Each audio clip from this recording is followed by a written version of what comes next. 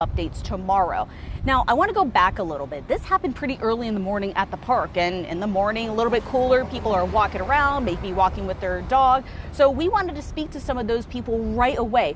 Our community correspondent, Mahmoud Bennett, was the first reporter here at the scene. Mahmoud, it was a lot going on, but when you got here, what did you see? Yeah, Caitlin, when I got here this morning, this was still an incredibly raw scene. I saw the car there in the ditch, and investigators were still sweeping through to find any evidence that they had.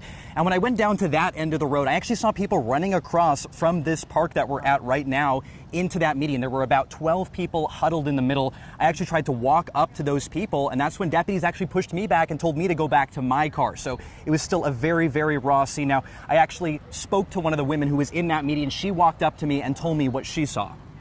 I was just walking my dog like I do every day. We come here many years, and I was walking in the back side of the park, and a police officer came up to me and said that you need to move immediately.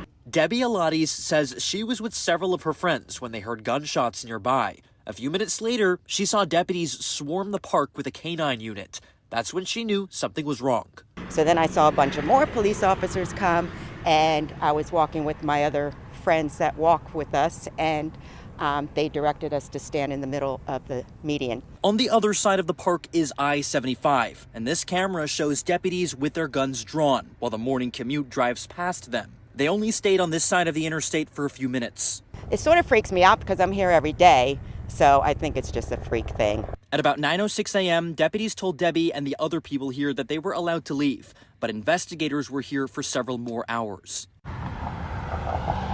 Now, just a couple of minutes ago, deputies wrapped up this scene, but as of the latest information that we know, they're still trying to find out who the shooter is, and they're trying to find out more information about that victim. Caitlin, we're going to be updating our viewers as we get more information. Absolutely. Thank you so much, Mahmoud. And if you have any information about this murder, you can go ahead and call Southwest Florida Crime Stoppers at 1-800-780-TIPS.